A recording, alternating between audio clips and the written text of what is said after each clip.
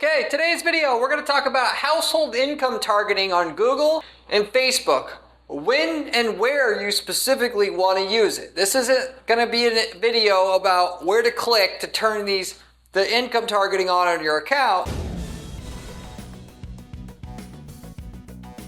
which a lot of you guys probably are excited just to hear you could market exclusively to rich people, leave out all the poor people, and get much higher ROI. 2, 3, 4, 5, 10 times ROI that you're going to get marketing to everybody, regardless of income level, in a lot of niche markets. I'm going to tell you several different use cases where that was true at our advertising firm, where we had to just market to the top 10, top 20, top 30%. But with that, the nuance of certain markets, you're going to want the top 50% of income demographic. Some you're going to want the top 30. Some you're going to want the top 20. I'm going to give you some example use cases of markets where we've done all of the above and how you can more importantly do this for your own market and know where the sweet spot actually is, or if you even need to do it at all. Some markets, if you do not do income targeting, you will never ever make money because there's too much, as they call, waste circulation.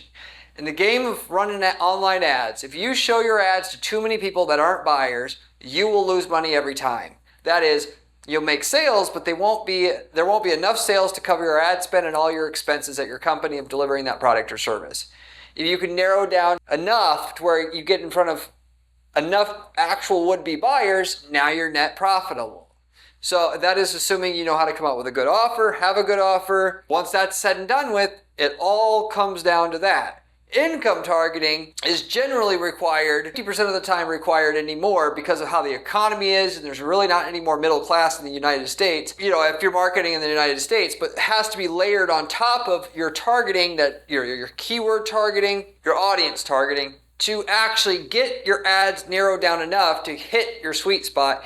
And the more expensive of whatever you offer is, the more likely it is you got to have that additional filter of income targeting on what you have.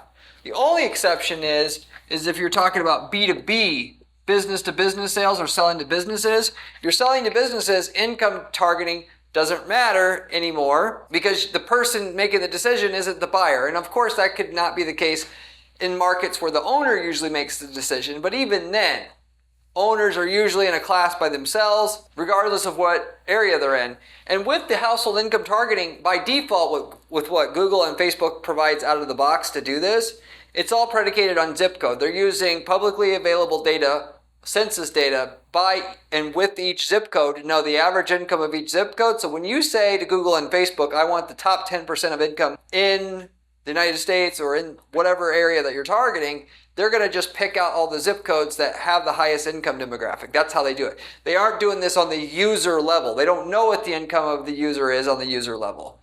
So if you're in a situation where, like, for instance, we had a luxury mailbox company, a lot of times people that bought the several $1,000 mailboxes were out in the country and, you know, to receive packages and so forth.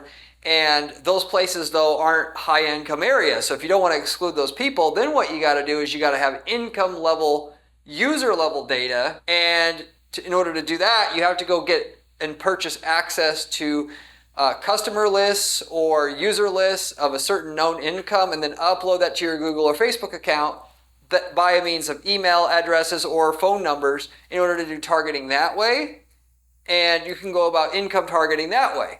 So that said here, and when it comes to, you know, in B2B, it's actually even more important to get somebody in front of somebody who has actually money. And with that, though, what we're doing is, generally speaking, filtering at the company level. What companies have a certain minimum level of revenue, and then, you know, whether it be 1 million, 5 million, 20 million, whatever, and just setting up our targeting filtering to filter out anybody who's not at that minimum income, company level income level. And that's a whole separate topic I won't go over in this video. But we're talking about marketing to end consumers who are buying products, services, whatnot. Income targeting is important whether you're selling services or product. And many companies, like where we're doing mold removal services on a localized basis, targeting people in the lower half of income demographic, is it smart because a lot of those people cannot afford to remove mold, even if it was going to kill them. And for that matter, they generally don't have insurance. They're often renting and that kind of thing. So that's just one great example of in services why it's important to go after just certain users and whatnot, because you wonder why the hell are they searching for a mold service if they don't have money to pay for it. People are a lot of times clueless. People a lot of times ask questions. They think they're going to get free advice. You don't want to get in front of those people, and it doesn't matter if your ad says this is an expensive service. People don't read shit. They assume that what Google shows to the user is what applies to them and will work for them, and they're going to click to your ad. Half of the people don't even read the ad, by the way. And you'll end up, so if your idea is have the ad filter the user, it's absolutely not going to do it, or at least only half the time. And so the other half will make your ad spend ineffective, unprofitable. So anyway, services and products, half or more of the time, are going to benefit from some level of income, household income targeting, filtering to filter the prospects who are going to be able to see your ad. What I've done here is I created a matrix that basically says, as I was talking about before, the more expensive of whatever it is you sell to consumers, the more likely it is the household income targeting is going to help you achieve what you want, which is a acceptable ROI, so you can scale that advertising campaign. Because as I mentioned many times on this channel, you should always try to figure out what your ROI is, figure out a way to track it, hit that ROI, and then scale. The money's in the scaling part. The income level targeting can make sure you get to profitability, so then you can get to the scaling part. With that said, okay, kind of the tiers here that, where this breaks down is, depending on if you're sub $100 in what you're selling, sub 1,000, sub 10,000, sub 100,000, there's different rules that generally differently apply based upon which where you're at in that general price scheme. Okay. Now, and then on top of that, it depends on what you're selling. If what you sell is a need, there's different rules that generally apply to that. And if what you sell is generally a want, they don't need it, they want it though, different set of rules applies to that. This is the best way I could break it down for you here. So with that said, starting with need, if they need what you have, if their basement's flooded, they need it. Or it's tires, they need it. Whatever, okay? If you're selling something under $100, do you need household income targeting / filtering on your account? Most likely no. If what you're selling is between $100 and $1,000, do you need income target that you sell that they need? Generally speaking, no. If you sell between what you sell is with a product or service is between $1,000 and $10,000, now you're getting into where even if they need it, income targeting is useful, because a lot of the people who, even though they need it, they're going to eat up your ad budget if you don't have the income targeting filtering set up on your campaigns. And generally speaking with that, you're going to want the top 50% income demographic targeting there. So if they're in the bottom half, which that's, no offense to anybody watching this, but this is welfare territory. They're on welfare. They don't have the money. They don't have disposable income. Whether they need it or not, you don't need to be the one educating them or making them fulfill their dreams or letting them just fantasize about getting it. Don't have your ad show up for them so they can't accidentally click through. You're going to make a lot more money, generally speaking, in that use case. Like I mentioned with the mold removal, I already gave that example. You need to get mold cleaned out of your house if you have it. Generally speaking, that'll be under $10K to get that cleaned out of the air vents and so on and so forth. People, though, if they're not top upper half of income, they just basically, generally speaking, can't afford it. You're wasting your time going after them. People need furniture. And if you're selling furniture, okay, if your furniture is any kind of quality furniture, it's not the cheapest of the cheap. You want to have the top 50% of income demographic targeted there by itself, okay? So that gives you a couple more examples of where, to see where you kind of fit in. Getting into the next part here, what you sell is between $10K or $10,000 and $100,000, you also are going to need, generally speaking, and even more so, and an even higher percentage of the time, need income targeting, filtering on your campaigns for household income targeting. And with that, because it's even more expensive now, generally speaking, you're going to need the top 30% of income demographic users only even though, again, they may need what you have, somebody can need a medical procedure. They could need knee surgery or what have you. We've had people that did that kind of thing.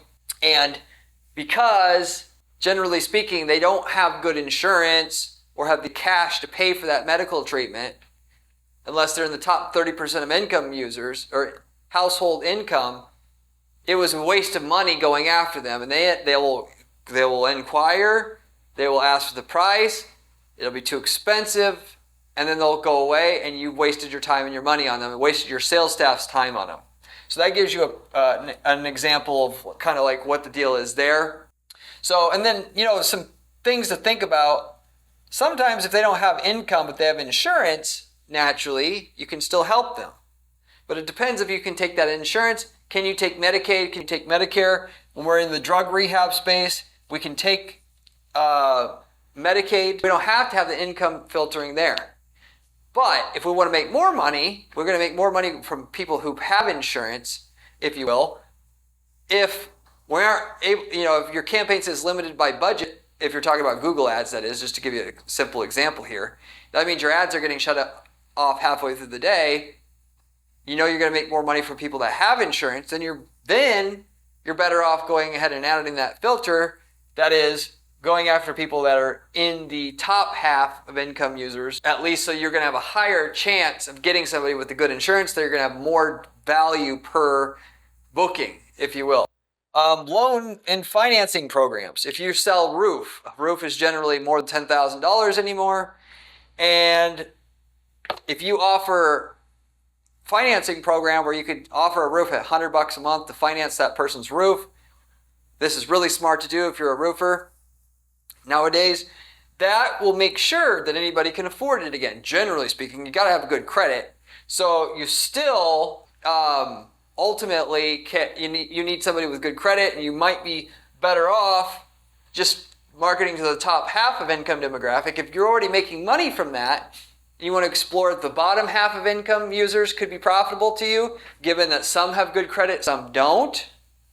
You could go ahead and set up a separate campaign, isolate and run a test on that and see if you can monetize it. Look at the leads. And you got to set it up as a separate campaign because you'll never really know if it's worth doing or not unless you do that. Or, there's other ways to track it, but ideally you would want to have your tracking set up so that when your lead comes in, you can then, and if you don't know how to do this, just let me know in the comments, so that when a person came from the lower half of income targeting campaign versus the upper half, because you can actually filter and say you just want the lower half in one campaign in terms of income, and then the upper half in one other campaign. You look at the lead quality on both. If you have that financing, see if you can close enough of the people in the lower half to justify doing it, and then go with it if you can make profit from it. Given that if it were all apples to apples, the cost per click was the same in both, it would generally make sense that for most of you guys to only go after the upper income users, but the lower income users, the cost per click in a competitive market like Chicago and whatnot, because less people in that market, in that competitive market of Chicago wants to go after the lower half, you can get a lead for half as much. And because you're only closing half as much, well, it all works out at the end of the day. So I would encourage you to test it out. My philosophy always is to always go more restrictive with your ads up front. Make your money, spin off a little bit of that profit you're making into the thing that you're less sure about. And it a lot of times will take more time because it's not so easy to get working right away. You gather data, you find out how to filter that new stuff that you're doing to get it profitable. Then you use the profit from that to go into the next thing. And because like with the example I just gave with the lower half of income demographics for the roofing company, you could go ahead and realize, oh, well, they don't close very often. We're only getting like 20% the closing rate as the upper half of the income demographics or household income demographics. But if we go ahead and we target the 45 plus age demographic on top of it, given they don't contact so many people to get a quote, and therefore the likelihood that we're going to be able to deal with them is going to be higher because of that factor. Now it becomes worth it again. And it just took a little bit more time to get that working, whereas the upper household, upper 50% of household income targeting was quicker to work, you just went after the low-hanging fruit where it existed, and then you use that to go after something that's not quite so low-hanging, but profitable if you just gathered a bit more data and to be able to get things to work. And along with that, if you follow what I've said about offline conversion tracking on other videos, if you're doing service businesses here, you track whether a lead's qualified or not, you pass that information back to your Google and Facebook accounts, and there's a profitable person that comes in, they'll be able to use that to get you more people like that, because both Google and Facebook's going to have thousands of data points on each individual user on their platform that comes through. And when you have a customer, it sees the 5,000 traits that the person has and compares it to the second customer you have coming through and the third, and they correlate and find out what traits normally correlate with good quality leads versus bad quality leads. And then that lower half of the income demographic where it wasn't profitable without any filtering, the algorithm that runs the ads is going to be able to make it profitable for you in due time. And certainly you may be able to pay a lower cost per lead for that lower half of the income demographic because they close at a lower rate, but it's all relative. If you were to pay a cheap enough rate cheap enough amount for that lead, it would be profitable. You just have to find out what price you can pay, and maybe you only get some leads, but not the maximum amount because you're willing to pay less for a lead for that segment of household income users, but you get some, and it adds a more bottom line, more profit, more top line revenue to your company and profit than you would have got otherwise. And respectively, you couldn't lower what you're willing to pay per lead and still get leads from that lower half, but the algorithm figures out the 20% of the lower half that works, focuses on that, and now paying the same what you're paying to get a lead for the upper half of the income demographic is fine because you're not going after all of it, you're going after 20% of the lower half, if that makes sense. So that is in terms of need. Now when you go into the people that just want, they don't need it. You're talking about the handbags, you're talking about stuff that make your car go faster. Nobody needs this. If you're selling something under $100, you don't generally need income targeting. That anybody, even low-income individuals, can obviously come up with that kind of money. No problem. Now, if you're going between $100 and $1,000 now, sometimes now already you need that income demographic targeting just to be more than baseline profitable. And then in that case, you would go top 50%, generally speaking, of income users to filter your ads. Now, generally, it's in the areas of where, in terms of impulse control. So if it's an impulsive buy, it's that pair of Jordans, whatever, you don't need to filter by income because people, it's just easier, even if somebody doesn't have much money, if it's an impulsive buy, you don't need to, it can be the last $200, or if you will, and they're willing to spend it, no problem. There's just other items, though, that they're not going to be so quick and easily willing to part with their money, and in that case, you will need the income targeting to get the campaigns to work. Just all really depends on the niche at that price level. Between $1,000 and $10,000, you're generally always going to need income targeting filtering, household income targeting filtering, and because it's a want, you're basically going to need to be a top 10% only. That's it. Same thing, obviously, between 10K and 100K. Top 10%, and that's it. The luxury mailboxes that we sell for a few $1,000s, top 10% is the only thing that works. Kind of found that out the hard way. Thought we could be able to go after the top 20%. Top 10% is all that works. And in the auto parts space, in that particular niche, if you will, to give you an example there, what we actually found out was if the parts are at $200 to $300 in that range, we don't need an income targeting filtering. If they're between $500 and $1,000, though, we did. So that should just give you some insight as to where you might be at and where you're sitting with the type of things that you sell.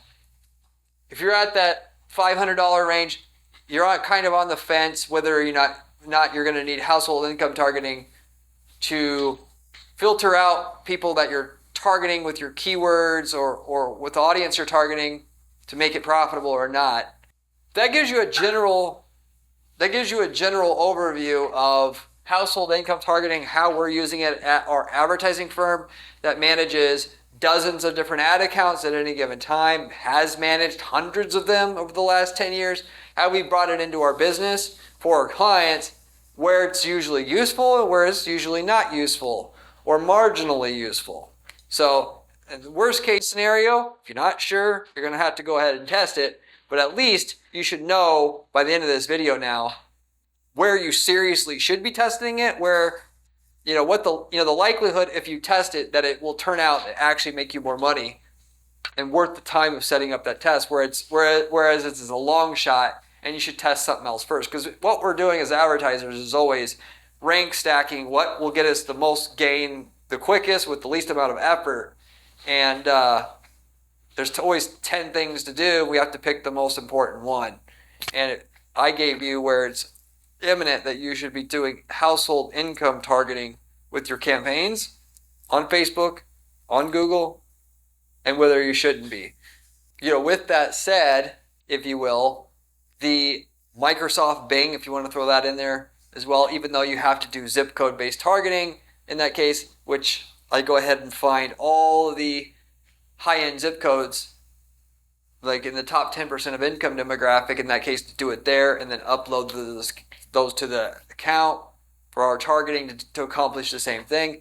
You technically could do the same thing with other platforms. As long as they have zip code level targeting, you could upload the zip codes of any level of income users that you want to help filter what you got. And there's obviously use cases where selling to poor people is to your advantage. If you were selling payday loans, that's what you want. Naturally, you can't do that with Google anymore, and it's really dicey even to do that on Facebook. But on other platforms, if you're going to run programmatic ads on the programmatic ad network, you could upload a list of people that are in the lower, 20-30% of income demographic, and that can help you out. But that's a little bit politically incorrect to start talking about that, so I'm going to just leave that be.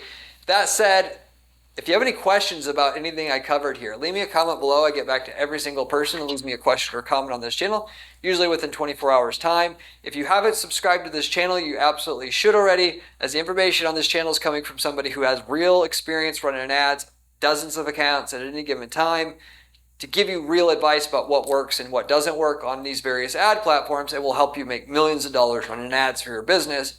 Most of the other channels you're going to find on YouTube and information elsewhere is coming from people who don't really run ads or run a couple ads and are just really they're just totally clueless. If you're going to pay attention to anything and making millions is your goal, running ads for your business, you want to subscribe to this channel first and foremost. You can also find my blog at guaranteedppc.com/blog. The blog has step-by-step advice with screenshots, with everything you need to use the strategies we're using for our clients to guarantee their results right now for your ad account, and you really shouldn't pass that up either. If you like the channel, you're going to like the blog even more because it has even more direct, specific advice that can help you make millions of dollars running ads for your business. If you're looking for somebody to do the work of getting you all these results and setting up these strategies, this is what we do for our clients at our firm. And we do not charge you any fees to do so. Yes, it's true, we do not charge our clients fees up front until they get those certain results that we promise them up front. And that is in excess of the fees that we actually charge.